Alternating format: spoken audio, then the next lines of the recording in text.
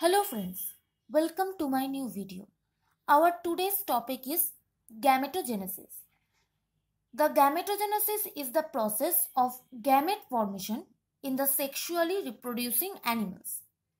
The germinal cells from the gonads in the human body produce the gamete cells by successive mitotic and meiotic divisions. The male gamete is known as spermatozoon or sperm, and the female gamete is known as ovum or egg. The process of sperm production is known as spermatogenesis, and the process of production of ovum is known as oogenesis. Together they are called gametogenesis. Means gametogenesis equal to spermatogenesis and oogenesis. Both the process can be studied in detail further. Now we discuss the process spermatogenesis. The process of spermatogenesis occurs in the male gonads or testes. The testes of the vertebrates are composed of many seminiferous tubules which are lined by the cells of germinal epithelium. The cells of the germinal epithelium form sperms by the process of spermatogenesis. But in certain animals, that is mammals and mollusca, etc., there are somatic cells lying between germinal cells. These somatic cells are known as Sertoli cells, which produce different type of hormones. So, formation of spermatids and spermiogenesis are the two main procedures of spermatogenesis. First, we discuss about the formation of spermatids. Formation of spermatids depends upon three stages: multiplication stage, the growth phase, and the maturation phase. Now, what is multiplication phase? The undifferentiated germ cells or primordial germ cells contain large-sized and chromatin-rich nuclei. These cells multiplied by repeated mitotic division and produce the cells which are known as spermatogonium, means this cell. And these are diploid in number, means 2n in number. Here multiplication stage is finished. After that we enter into growth phase. In the growth phase, the spermatogonial cells accumulated large amount of nutrition and chromatin material. Now each spermatogonial cell is known as primary spermatocyte or first spermatocyte. From this stage, meiosis 1 is started and mitosis is finished. So now we enter into the maturation phase. The primary spermatocytes are ready for first meiotic or maturation division. The chromosomes start pairing and the chiasma formation occurred here. From the first spermatocyte, first, second spermatocyte or secondary spermatocyte are grown up. From the secondary spermatocytes, again meiotic division is occurred and now 4 spermatids are evolved. These spermatids goes under maturation division and enter into the spermiogenesis stage. So there are 3 stages. First one is multiplication stage, second one is growth stage, and third one is maturation phase.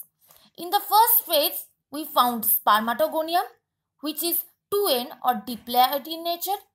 In the second stage, means growth phase, we found primary spermatocyte, which is also 2n or diploid in nature.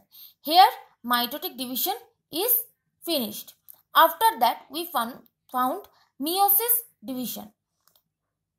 From the secondary spermatocytes, we found 4 spermatid, that is haploid in number. We know that mitosis division doesn't cut the nucleus number. So we found that spermatid got n number of nucleus, means haploid. So this is the case of meiosis. Here our formation of spermatid is finished. Up to this, from the spermatogonium to up to production of 4 spermatids. Then we enter into spermiogenesis.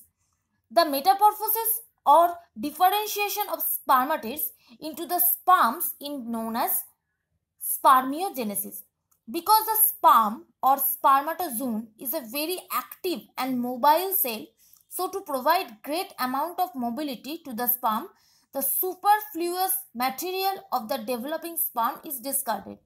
For the reduction of the weight of sperm, many changes occurred, and changes occurred in the nucleus of the sperm, the acrosomatic structure of sperm, in the structure of centrioles, which we discussed in the previous lesson.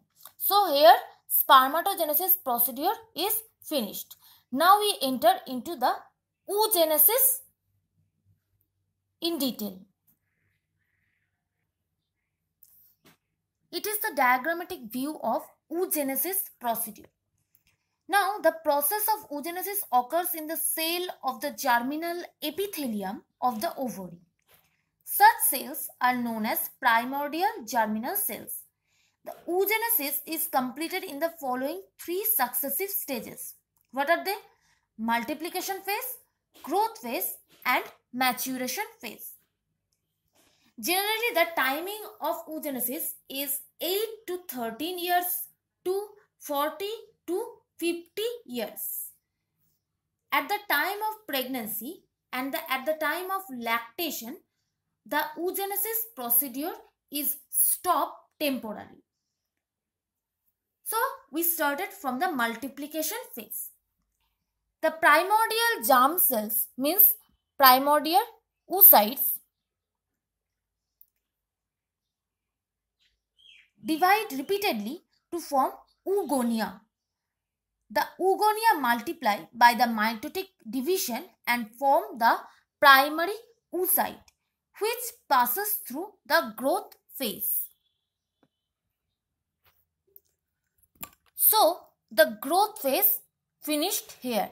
From the primary oocyte to this phase is completion of multiplication phase, and from this the growth phase is started. Generally, primary oocyte contain 44 autosome and 2 X chromosome, means total 46 chromosome. This is the mother cell of ovum. After this, we enter into the growth phase, means this phase. This phase is under meiosis division. It is the phase where mitotic division is occurred. But from this phase, we found the meiosis stage. The growth phase of the oogenesis is comparatively longer than the growth phase of the spermatogenesis. In the growth phase, the size of the primary oocyte increasing enormously, and it is divided into 2 parts, that is secondary oocyte and first polar body. In some cases, it is found that maturation phase is started from here. So, when the growth of the cytoplasm and nucleus of the primary oocyte is completed, it becomes ready for the maturation phase. Now we have to understand the 2 terms, vegetal pole and animal pole. In the egg, where yolks are accumulated, that is known as vegetal pole, that is the lower portion of the egg, because yolk is heavy than the plasma material or cytoplasm material. That's why yolk is concentrated to the lower position of the egg, that is known as vegetal pole, and the upper portion which accumulates the cytoplasm distinctly, that is known as animal pole. So at the maturation phase, is accomplished by meiotic division. The maturation division of the primary oocyte differs greatly from the maturation division of the spermatocyte. Here, after the meiotic division of the nucleus, the cytoplasm of the oocyte divides unequally to form a single large-sized haploid egg, means this one, and a polar body. This is known as first polar body. From the secondary oocyte, then form a mature ovum which is large in size and also a polar body.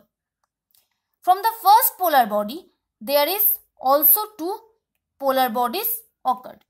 So we got three small haploid polar bodies. They are all haploid in nature, and ovum is also haploid in nature. This type of unequal division has a great significance for the egg. If the equal division of the primary oocyte might have been resulted, the stored food amount would have been distributed equally to the 4 daughter cells, and which might prove insufficient for developing embryo. Therefore, this unequal division allow one cell out of the 4 daughter cell to contain most of the cytoplasm and reserve food material, which is sufficient for the developing embryo. So, maximum nutrient material stored here, and this polar bodies is less amount of nutrients. So, it turns into mature ovum and they turns into polar bodies. They are distinct after some time, and from this mature ovum we got the germinal cell, that is ova. So, the oogenesis stage got multiplication phase, growth phase and maturation phase. Multiplication phase contain the mitosis division. Growth phase contain meiosis 1 and maturation phase contain meiosis 2. This is known as primary oocyte or oogonium. After that, means in the growth phase, primary oocyte contain 46 chromosome, 44 autosome and 2 X chromosome. Then it goes to meiosis 2 procedure and got its first polar body and secondary oocyte.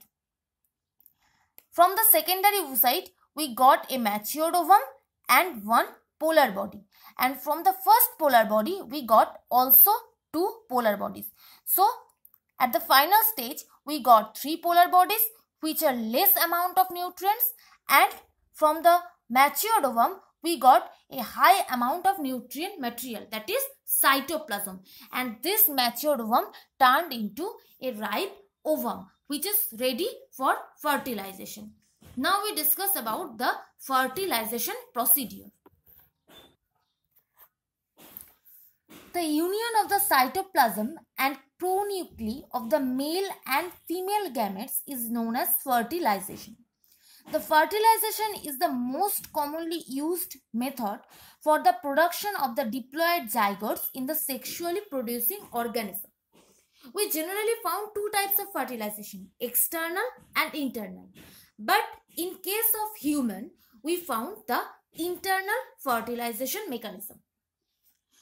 Generally, after the ovulation period, 6 to 7 hours, if the ova doesn't get the sperm, then the ova is destroyed. Means after the ovulation or oogenesis, 6 to 7 hours is the maximum time that the sperm fertilize the ova, and the capacity to fertilize an ova, the sperm captivity is 48 hours. Generally, sperm is live up to 72 hours, but its working facility is available up to 48 hours. That's why in the fertilization cycle, the 3rd week is the most active to achieve the pregnancy or to achieve the implantation in the uterus. The fertilization is completed in the fallopian tube, especially the ampulla region of the fallopian tube.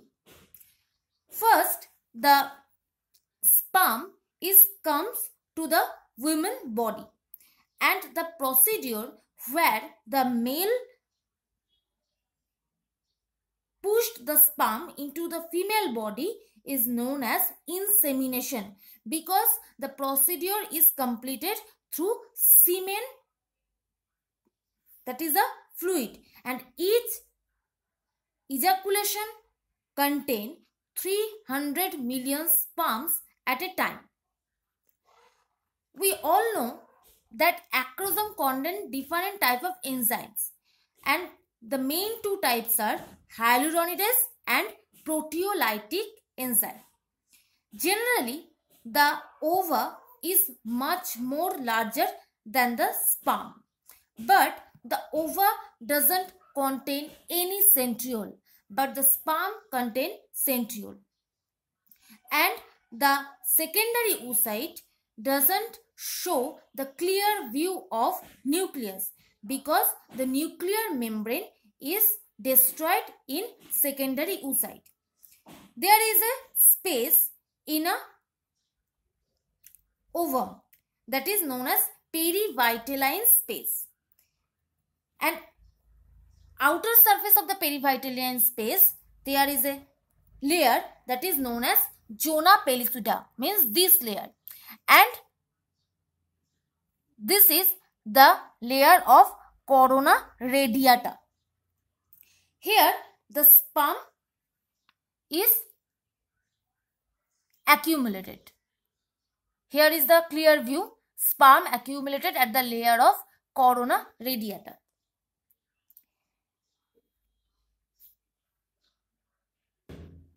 The corona radiata layer of ovum contain protein and mucopolysaccharide, and the sperm also contain glycoprotein, cholesterol and calcium 2+ ion. First, calcium 2+ ion is injected into the ovum, means perivitelline space, and here perivitelline space contains many enzymes. Then through the exocytosis procedure, the enzymes or chemical materials are transferred to the corona radiata layer. Here the spermatic enzymes invade the corona radiata layer, and the nucleus of the sperm is injected into the ovum. Thus, the nucleus of sperm and the nucleus of ovum is mixed together and form the first zygote, which is developed further and embryo is formed. So, sperm is coming to the ova by the insemination procedure. Insemination procedure means the ejaculation of sperm into the female genital pathway, and each ejaculation contains 300 million sperms. First, sperms came to the corona radiata layer of the ovum. Corona radiata layer is just above the zona pellucida layer. Here, the glycoprotein and cholesterol and calcium 2+ ion is present in the sperm, and the inner space, means perivitelline space, also contain protein and mucopolysaccharide. First, calcium 2+ ion is injected into it, and then the enzymes and chemical substances from the perivitelline space comes to the corona radiata layer. Here, through the reaction of glycoprotein and cholesterol, the nucleus of the sperm is injected into the ovum, and then the nucleus of sperm and nucleus of ovum is fertilized. Thus, the zygote is formed. and which is developed further into the embryo. The fusion of chromosome both in sperm and ovum is known as karyogamy or amphimixis. Means the chromosome fusion of sperm and ovum is known as karyogamy and amphimixis. And zygote is generally 2n in nature. Now, what is the function of hyaluronidase and what is the function of proteolytic enzyme which we found in the acrosome? The function of hyaluronidase is to penetrate the zona pellucida layer. That is the main function of hyaluronidase, and it is also a sperm receptor layer. Means zona pellucida layer is the sperm receptor layers, and there is a glycoprotein present in zona pellucida layer that is known as ZP3. Zona pellucida 3, ZP3. So the main function of hyaluronidase is to invade the zona pellucida layer. And what is the function of proteolytic enzyme? Proteolytic enzyme's function is to find a pathway through the zona pellucida layer and invade into the perivitaline space. Thus, the calcium 2+ ion invade into the perivitaline space and the chemical substances is out from the perivitaline space.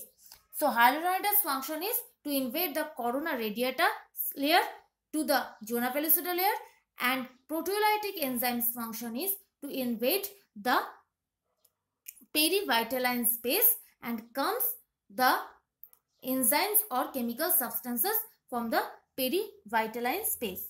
So, hyaluronidase and acrosine or proteolytic enzymes are together called sperm lysine because it's invade the layer of ovum. So, for today, that is it. We see you in the next class. Thank you.